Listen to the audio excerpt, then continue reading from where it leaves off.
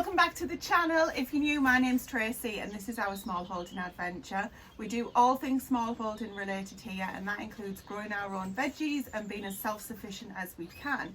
So tonight I'm going to do a May plot tour. It's been a little while since I've done one and I'd like to show you around. Now, I did plan to do this tonight, and this weather out here was supposed to be absolutely fabulous and everything was going to look amazing in the sun, and now it's windy and grey.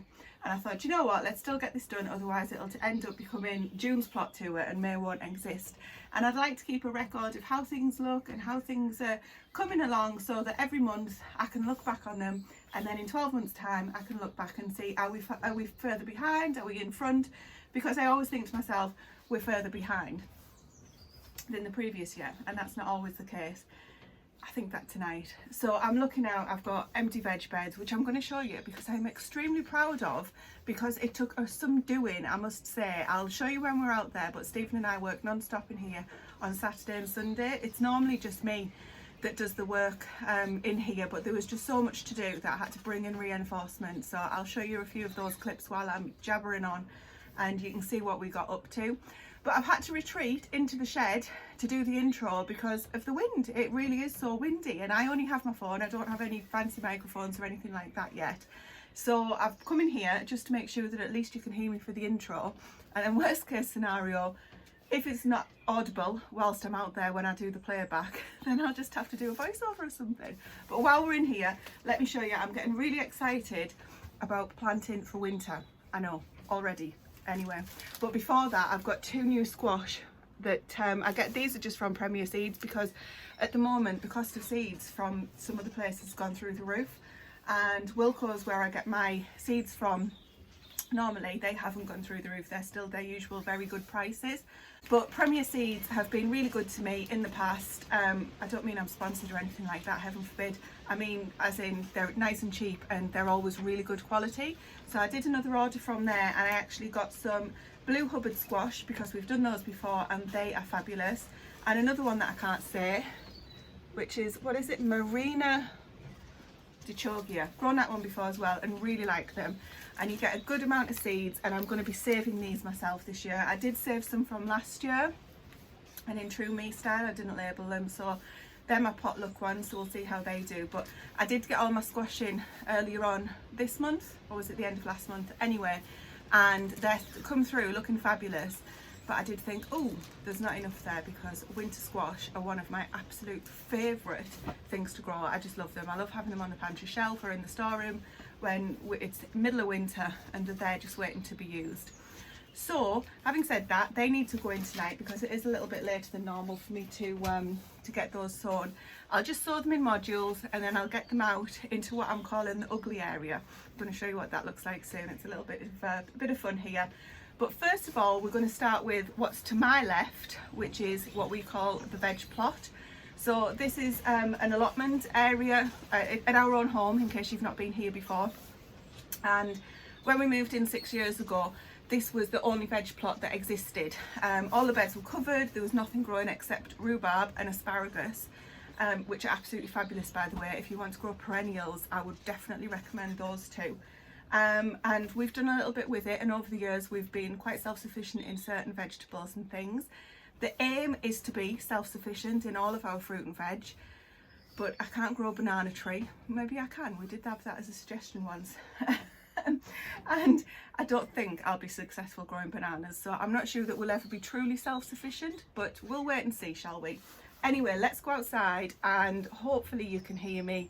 I can show you what we've got going on. I can tell you what the plans are for the next few weeks, and then as we look at June's plot tour, whenever that comes out, we can do a comparison to see how things are. Let's go. I'll try and keep the camera fairly close so that at least you can hear me over the wind. So this is where we're going. This is the plot behind me. Even the trellis is squeaking. So we have another area here to my left, which has got some deck chairs in it because we actually had visitors yesterday, and that's where we sat on our Jubilee deck chairs. But the area that we're going into now is the original veg plot, as I say. That area behind me, which I will show you, was an addition, so it was just lawn when we moved in, so we've turned that into what we call the veg garden. So we give everywhere different names just because you end up going, you know, the bit at the top or the bed at the end or whatever. So we have some pet names for our growing areas that helps us along when we're talking about them. So behind me, I'm going to flip the camera around so that I don't end up just being me and trying to point, because you see enough of me.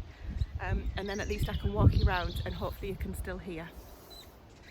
So there's the gate that we've just come in, and these hedges have all just been cut back by Stephen, and this area is normally the embarrassing area, you know, like the naughty child or the problem child, because we had black mesh ground membrane down here, and it's actually been it was covered in wood chip, and goodness me, the weeds that grew on top of the membrane in the wood chip were just an absolute nightmare. So at the front here we've got 3 different blueberry bushes. So they're due to come at different stages. One of them is pink lemonade, I can't remember what the other 2 are. So one of them is actually a pink blueberry, but we've yet to have any pink blueberries off it. Now the ground here, as you can see, we've taken the membrane off and we've just exposed what's down there. So this is just the bare soil. So what I'm hoping to do is, as any weeds grow through, so this was only done like 2 days ago, so it should be okay for now. But as any weeds grow through, we will be on them with a hoe before they even get a chance to think about growing any bigger. Now this is my honeyberry bush. This has flowered quite nicely, although they've a bit late now. Can you see that? They were absolutely covered, so hopefully we should get some decent berries off this year. But what I did read is that, if I remember rightly, they like to have a friend. So I think it was last year, but you know, with COVID everything blurs into one. We bought it a friend, so that's why it's just a little friend at the moment, because this one has been around much longer and is much more well established. Now this pot here is actually a blackcurrant that I propagated myself, and it absolutely desperately needs moving from there because it tries to come out the roots at the bottom and grow into the ground. So I'm going to pop that in a bigger pot, or ideally into the ground, but hasn't happened yet. So let me come around here. So looking at it from a slightly different angle. Oh, incidentally, these bushes are from Victoriana Gardens. If anyone's interested, found them really good. A little bit expensive, but they're always been great quality. Look at the blossom on this. Now this is apple, if I remember rightly. And then moving along, this little thing here is pear. Can't remember the varieties off the top of my head. I do have them written down somewhere. And then we've got apricot and almond trees between the 3 of these.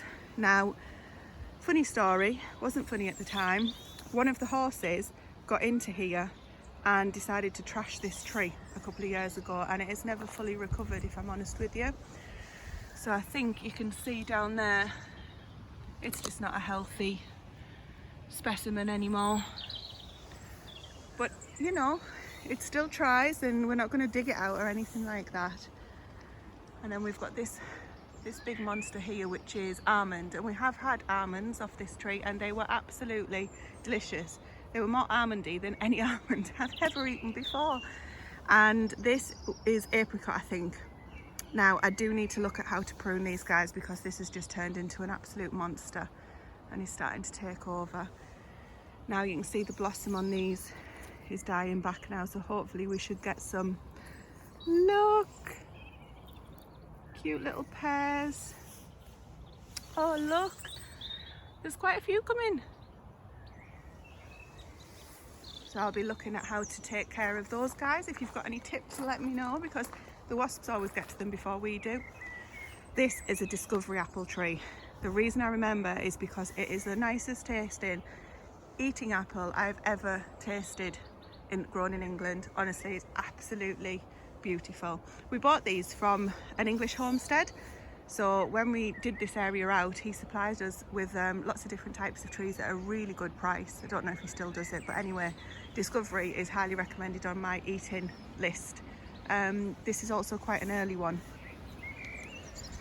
Look at them blowing in the wind. It is a really, we're quite secluded here in this spot where near the house, so goodness knows what it's be like when we go down the end.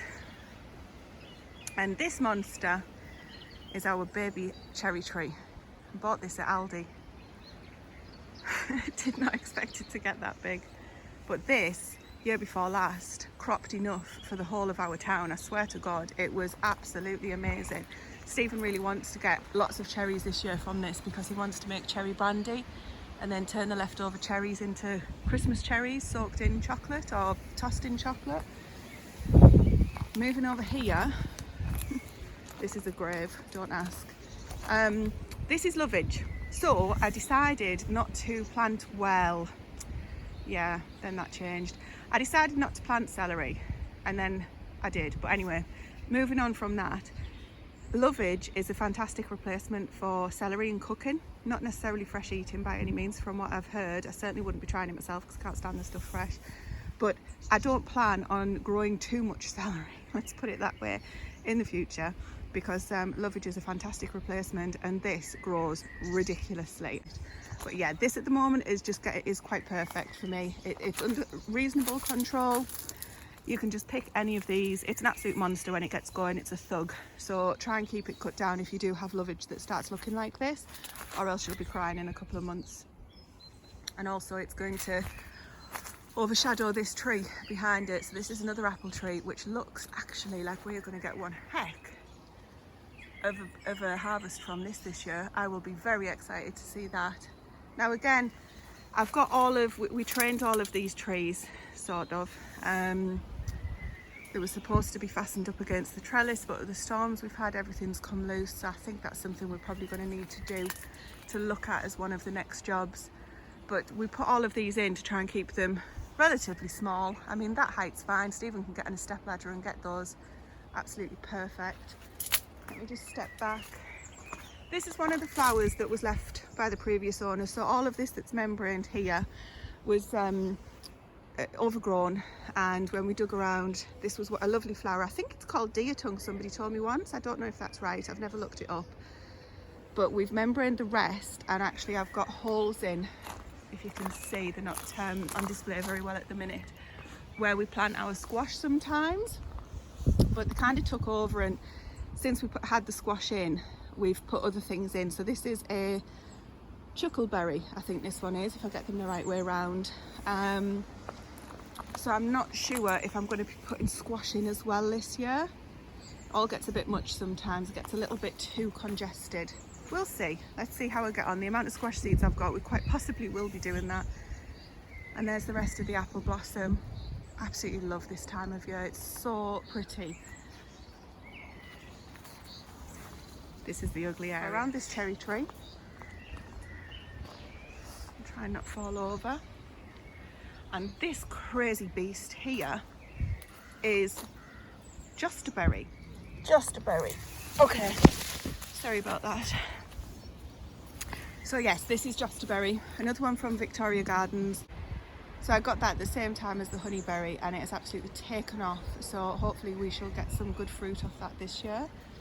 This here is another, goodness me, is it apple or pear? I totally can't remember off the top of my head. Isn't that terrible? My memory, since we had COVID, is just horrendous. Well, it probably was before as well, to be fair.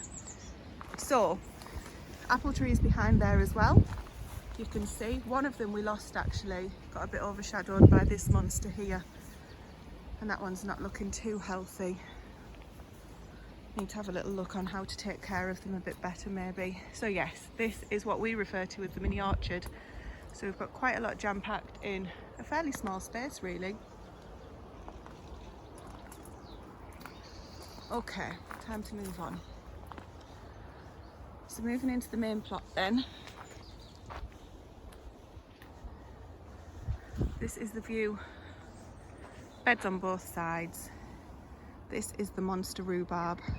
So I think I've told you guys before, there are 4 plants that were here when we purchased the place, and then there's one that we've added at the end, which has never really taken, and has often made me wonder if that's why there was never one right at the end. I often wonder if it's because of the hedge, but as Stephen pointed out when we were working in here at the weekend, actually does get a lot of sun, but maybe it's the water. But then rhubarb isn't so demanding. I mean, it grows anywhere. But this has just been tidied up, which is why actually these probably fell off, because they'll have got knocked off when we were tidying up the plot, but they'll all eat, so I'm not worried about that. Now this bed to the right is the tea bed, as I refer to it so affectionately. Now we won't be having broad bean tea, but that they are broad beans that you can see down the middle there. So first up here we've got apple mint, which has just, in true mint style, taken over the bloody thing. So I shall be digging some of that out. We've got self-seeded chamomile, so this is, when I say tea, I mean drinking tea. Self-seeded chamomile, which is coming on really well there. There's actually some lavender here, which I will be moving the chamomile that's around there, just so that it doesn't kill the lavender off. More lavender, having a chat with the watering can. We've got rosemary, so I say tea, obviously herbs as well as things that you can use in tea, but you can use that in tea too. Self-seeded borage, which I absolutely love. Oregano, different types of oregano. This is a bought chamomile just because I want extra chamomile in this bed. And we've got marjoram and oregano, can't remember which way around they are. Self-seeded calendula from last year, and my daughter picked these chrysanthemums when we went to the garden centre recently, so I just popped those in because she really liked them, and why wouldn't I? More lavender, and then this is the bay tree that has survived a few winters now actually, so I'm very pleased because I'm hoping that it's going to become quite hardy to our area. So that's all that's in there for now. Broad beans obviously are starting to look, well, this one here has obviously been somebody's meal, but it's starting to look good. So over here behind the rhubarb we've got the currants. So we've got a huge black currant bush, a huge red currant, and a not so huge white currant, which again, that might not be thriving as much as these two are because of said hedge. It might not be, they might just have a smaller way about them, who knows. So these are coming on really well. I did, believe it or not, I did cut these back. They have been pruned, and now these berries are looking amazing. We get so much fruit off just these 3 bushes, it's really nice. We've got our raspberries down the middle here, which I never cut back because they are a mix of autumn and summer, and if I just leave them, I've cut them back once very harshly and they did come back, but they didn't thrive as well that year. So I just think I'll do it every few years, to be honest. But I didn't expect anything to grow on these because this is like old wood, but it's obviously grown on there. But they also put up new stalks and grow on the new as well, so who knows. Now if you watch any of my vlogs, you'll remember that we put a lot of the bedding in here, so I was slightly worried that it might burn and kill off some of the plants, but at the moment, touch wood, it's been a few weeks now. I tried not to put it just around the roots, it was more just as a weed suppressant, but touch wood, so far so good. And these are the gooseberries, should have told you that. So these are 4 gooseberry bushes. I did put more in, I was being greedy. They didn't do very well when they were all together, but now I've taken some out, they're doing really well. So you can see this is really deep, this bedding. All of these gooseberries, they do come at different times. Look at that. So we've got, oh, can you focus on there? Anyway, you can see, you know what I'm showing you. And then more here too. Looking amazing. Oh look, lots of thistles growing too. And then on the bed opposite, this is the perennial kale, which if I can find the photo, I'll show you what it looked like before. The saw is going to give it away, but what it looked like before I pruned it at the weekend, goodness gracious me, this was a beast. I've tidied it up and it looks very sparse. It's just had a fresh haircut, so very sparse at the moment, but it looks a lot healthier than it did. It was just in a state. Then we've got 2 more rhubarb plants that I actually put in. So the one on the left is doing much better than the one on the right. I'm going to move that this year once it goes dormant. And then at the back, if you've been here a while, you know I hate these raspberries. I wish I'd never put them in. They never grow very well. You watch it, this year we'll get the best crop ever. I've put some strawberries in underneath, just for ground cover. Some cleavers in here as well, or sticky willy, depending on whatever you call it. Missed that, but anyway, yeah, I'm just not a lover of these ones, but never mind, I'll get over it. I'm moving back over to this bed here. So this bed is what I call a fire pit bed. Now that compost bin has been affectionately dumped there because in this fire pit bed, same problem at the back there with the hedge and the growing, nothing ever really grows that well there. So what I said to Stephen this weekend is, do you think that we should turn it into a compost bay? And I turned around and look what he's done. So I cannot complain about that. I'm absolutely thrilled to bits. So the reason that this doesn't go all the way along is because the pallet isn't long enough. So what I'm going to do is actually put, I'm moving the kale, not the kale, the comfrey. I'm going to put one of my comfrey plants there. And then the rest of here, these are perennials, which I may have to move, but I haven't decided what to do with this bit just in front of the compost bin yet. But here where you can see there are a few weeds coming through over here, but all of these are actually Jerusalem artichokes. And then the remainder of these lines here are all potatoes. This is my test area. So again, if you've been here before, you might remember that I've kept some of my potatoes back to try if I can use them as seed potatoes. I know you're not supposed to, but it's just a bit of an experiment. So I'll be interested to see how that works out. Now this bed here, next to the also attractive IBC tank, is, oh here's Stephen in the background, is strawberries. So we bought these on eBay and we've got 3 rows in, and then all of the runners have come and we've planted those in and we've tidied it all up because it was a right old mess. You'll have seen that in a vlog a couple of weeks ago. And now it's looking a lot better and we're getting some fantastic flowers on, but some of them have been nipped by the frost. Can you see there? But they should be okay. I think, do they still come if there was a frost? Either way, I mean, there's plenty that haven't been. The other thing we've got going on here is the, what's that called? The walking tree cabbage, walking stick cabbage, I think, something like that. I'm letting that go to flower and we're going to use it as animal food because I don't actually want it in this bed. I've planted some more seeds for that this year because it is a really great plant. But now that the strawberries are becoming established, the idea was I was just growing things in there until the strawberries were established and they'll take over the rest of the bed now. Now look at this. Asparagus literally grows before your eyes. We haven't harvested this today and yeah, some of them are far too long. But definitely something I would recommend growing if you can. It does take a long time to get established, but we love it, absolutely love it. About 6 to 8 weeks of the year we'll be eating directly from there.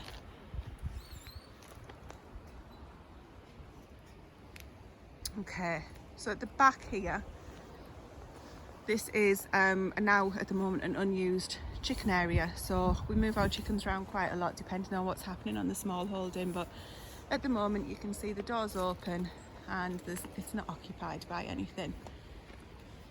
So these 3 beds here, well, these were knee high, in fact higher, with weeds, especially these 2. And this is what Stephen helped me with. So we are so pleased with this work. We've actually rotivated them. No dig just did not work here for us with the amount of weeds and how quickly they came back through. So we've weeded it and rotivated it, and we're just going to go like that for this year and see how we get on. Now we've left the membrane down here. There's still a weed sticking out there I'll need to get. But this was very good for tomato plants, so outdoor tomato plants. Maybe a little bit slightly close together, but we shall see. So these beds here, including this one, are ready just to plant up now. So very exciting. It looks super boring, but I can guarantee you it is very exciting for me because that means we're ready to get the vegetables in, and there's a lot in the cold frames ready to go in.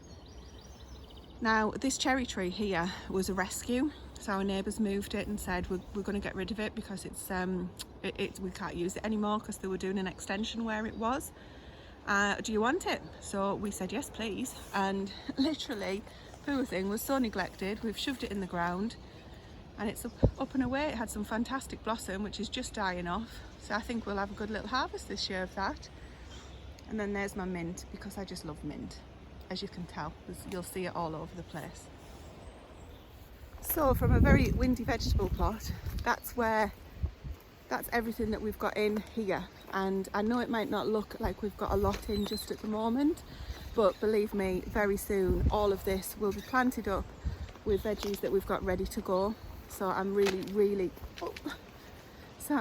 pleased with that. Now we're going to go into the veg garden, and it's going to start to get windier, I think, so please bear with me, and I'll show you what we've got going on here. Now we do have a victim of the wind. The cold frame plastic has blown off, but that's okay. It's not actually cold at the moment, so they're open all the time at the minute anyway, so I'm not too worried about that. But let me show you what we've got going on. We'll start over towards the gate.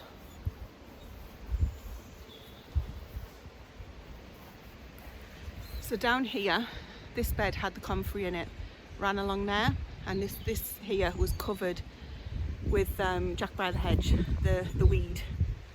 So yesterday we took the comfrey out, and we're going to, as I say, some of it's going to go over there next to the compost bins, and some of it's going to go down the bottom where the pigs are.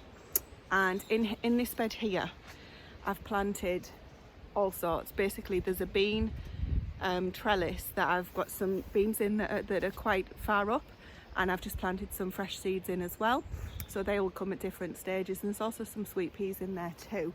But I've got some borlotti beans that were up in the greenhouse that I've taken the chance to put out because hopefully the last frost has passed. I did put some beans out stupidly the other week. I don't know why I did that, and the frost has nipped them. Now they should come back because what's underneath the ground, underneath the soil, should be okay. But yeah, I'm not sure why I did that. Anyway, in the next bed along here, I've got potatoes and radish.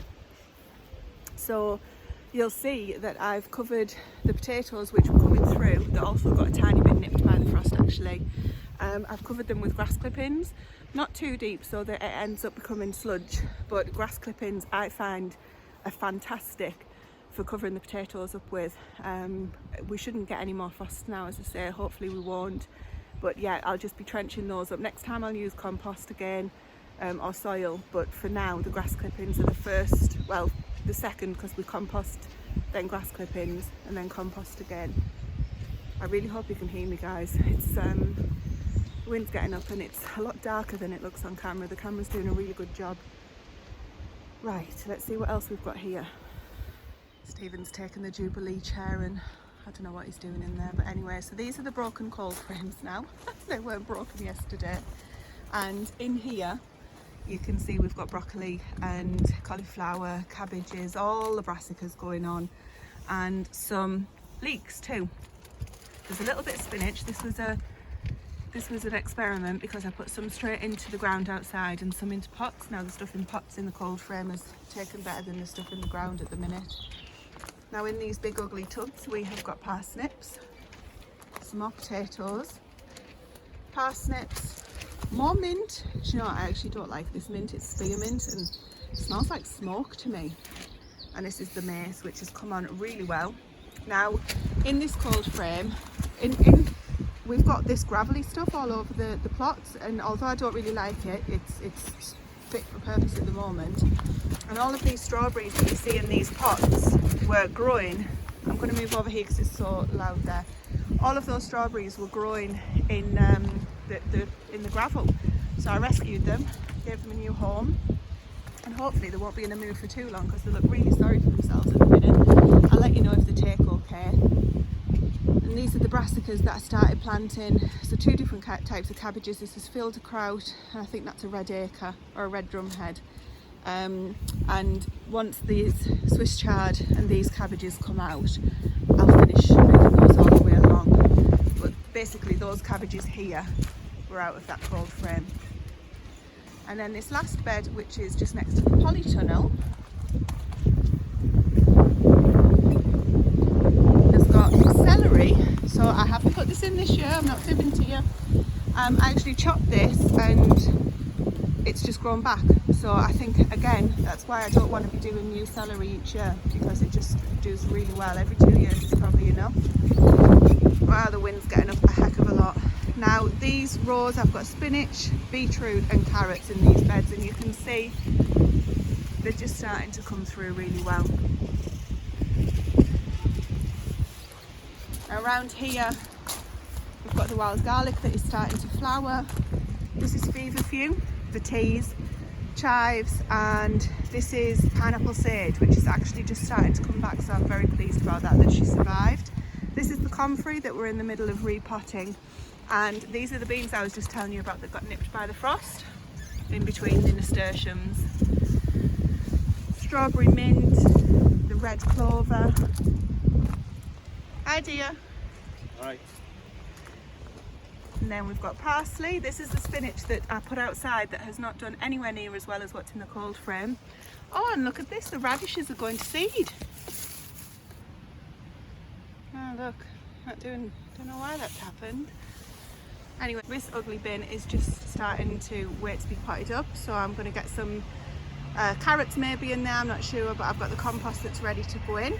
And then in the polytunnel, we've got the beetroot that I showed you guys before that's doing really well, coming on nicely, and then some onions which are not taken at all, but I think they're suffering from transplant shock. I did read that cutting the roots can actually cause that, and that's what I did. And then these are just a few things that we got from the nursery that were on a really good offer, so they're just sat waiting to go in. Now it's typical, it's starting to rain. It's just ridiculous. Let's have a quick look in the greenhouse. There's some rhubarb that we harvested. Right, in here, Stephen's not here, I don't know what he's gone. I'm going to show you how, oops, sorry. So in here, I'm going to show you how the seeds are doing that we put in not long ago. Look at these. So these are the table king seeds that I worried that wouldn't survive because they got really dry one day. They're actually germinating quite well, so I'm pleased with those. They're squash. And then we've got all sorts of different things going on, different stages. The yin yang beans are coming through. Pleased about that. That's just because I like the colour of them. So this is the tree cabbage I was telling you about. Now look how sensible I've been. Well, maybe not so sensible on these, but yeah, I'm normally known for putting in about 1,000 seeds at a time. And then everything else is just starting to look really good. These have just flown up, so these guys need separating. I didn't expect all of the seeds to take, but they pretty much have. And moving on, delicata squash, not as good germination, but very pleased still. And these are the beans that I threw on the floor. You know, turnips, they weren't there yesterday. Lots of more brassicas and things there as well. So yeah, overall, this is the most exciting. Look, these are the Greek gigantes beans. Overall, I'm extremely pleased with how this is doing from a germination point of view. Now, one thing that's interesting is this is pineapple sage as well. Now, the one outside is just starting to show, but this is being just flew up, so that's going to get potted on and taken good care of. Now, let me turn you over here. There's only a few things on here. So these are just some herbs, some leftover broad beans in case I needed to replace them, which probably look as bad as that one that's been eaten outside. And then we've got some basil that's been slightly eaten. What would do that? Do you know? Oh, those pure cauliflowers, I really must. I think that I've been waiting to do this for a while, that's what I mean, and I think those guys now are probably just root bound, so I think that's why I keep avoiding doing them. Echinacea, I've never grown that before, but something's had this one. And then lettuce that I've been promising that I'll pot on for ages and then just never got to. Got a home for these sugar snap peas now as well, and only 2 of these Jacob's drying beans have come through, so I'll be looking after those, but I've actually put some more in, so hopefully they'll come on, and we'll have those for the winter pantry. Now, I don't know what I've done wrong with my tomatoes this year, but they are just not looking anywhere near as healthy or as far on as they would in other years. Now, the peppers as well, again, sorry, I'm just closing the window. I put the seeds in on the 6th of February.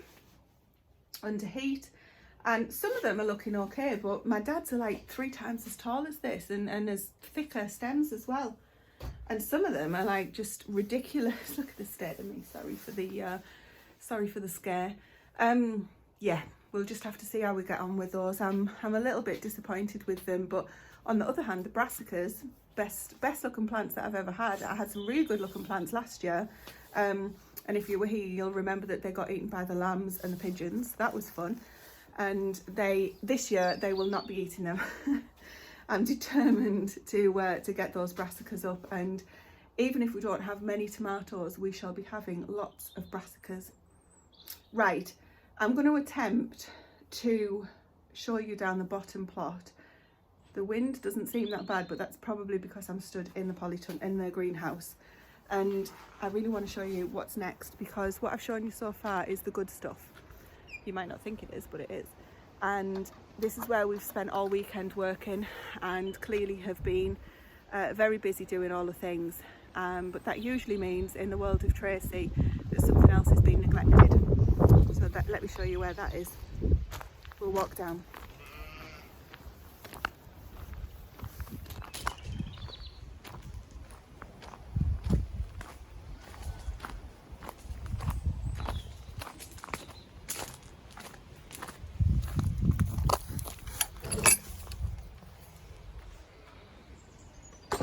There's a sneak peek at the lambs, well, the sheep, not lambs.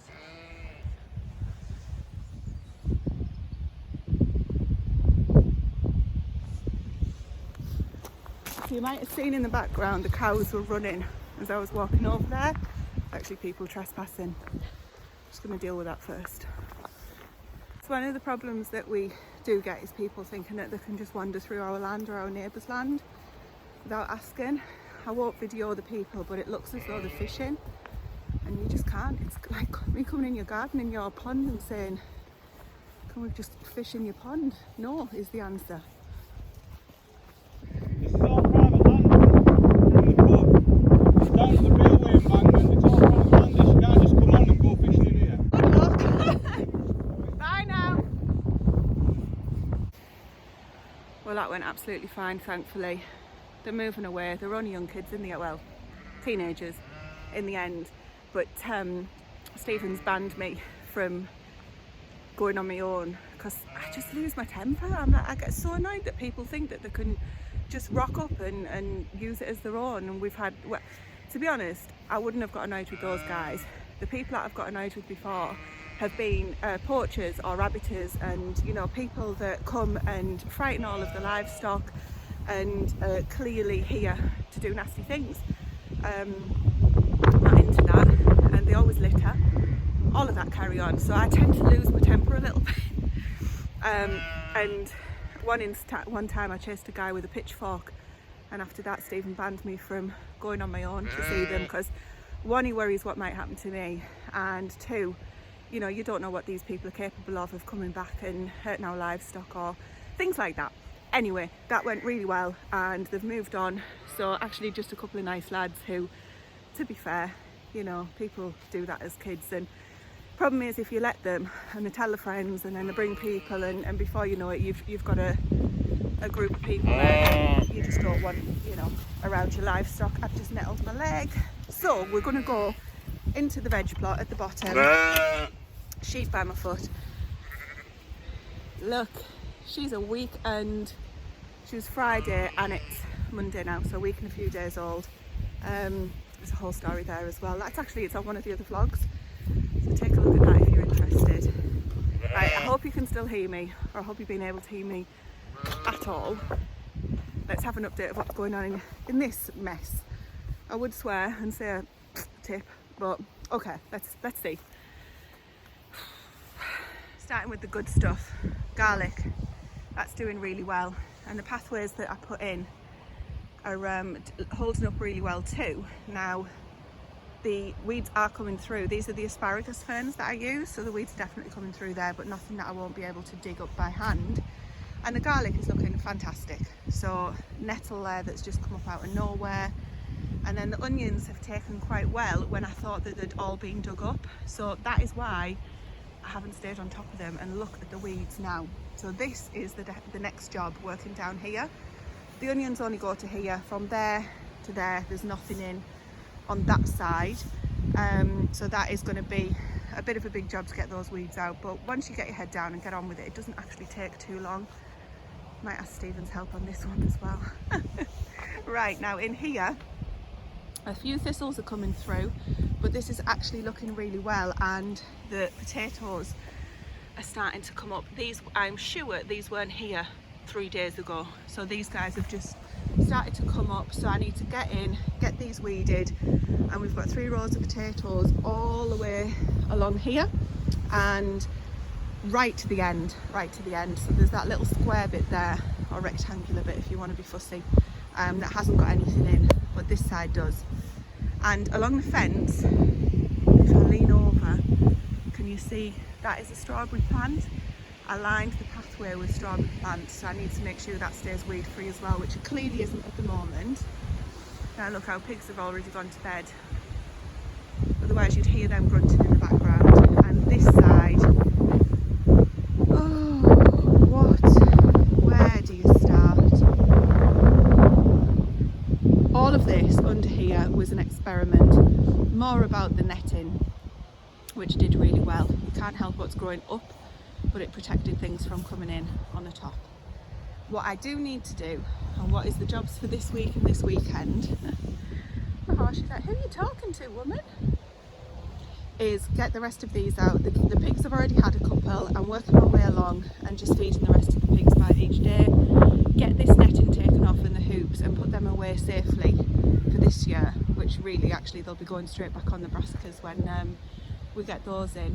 And then just level all of this, just take all of the stones out, excuse the train, take all the stones out, and all of this here that got dumped, this is just straw bedding, leaf mulch, all of that needs to be transferred to the compost heap at the back here. So that's actually clean duck bedding, duck bedding, which when I say clean, ducks bedding can go straight onto things. It doesn't need to rot down like chickens and horses and things, so that's why I've kept that a little bit separate. But all of this here needs to go onto there, and I'm going to ask Stephen to give me a hand again rotivating, because as I say, I have my reasons. The no dig just didn't work for us with this volume of weed that we've got going on. As you can see, we've just lined with nettles just all the way along. You can see in the pig pen where they're coming through underneath. So, you know, each year I think I just need to stay on top of the weeds, and I just need to rotivate, and eventually we'll get there. Now that doesn't please everybody, I know, but we've just got to do what works for us, don't we? Now, if you remember, one of the other problems that we had down here was rodents. I think rats. You know, I'm not just going to say rodents and pretend that they were mice. I think they were rats, because we've got rats up the top where we've got the chickens, because, you know, farms and rats kind of go hand in hand. Thankfully, I don't have any in the house yet. No, if I had them in the house, that would just be horrific. So, at the moment, touch wood, which I am because I'm just opening the gate, the seed potatoes have been left alone, and we haven't had anything eaten by the rats or the rodents, whatever they are, down here yet. So I'm really pleased about that. Now, Stephen has put a couple of the traps down for me. So whether they'll, you know, go for the potatoes or the traps are yet to be seen. But for now, we're doing okay. So the wind's getting up again. Has it even let down? I'm slowly making my way back in. I'm going to edit this video and get it out for you guys. I hope you've enjoyed seeing what everything looks like in May. And I think it's the 9th of May today. It's the Monday anyway, so whatever date that is, nearest the 9th.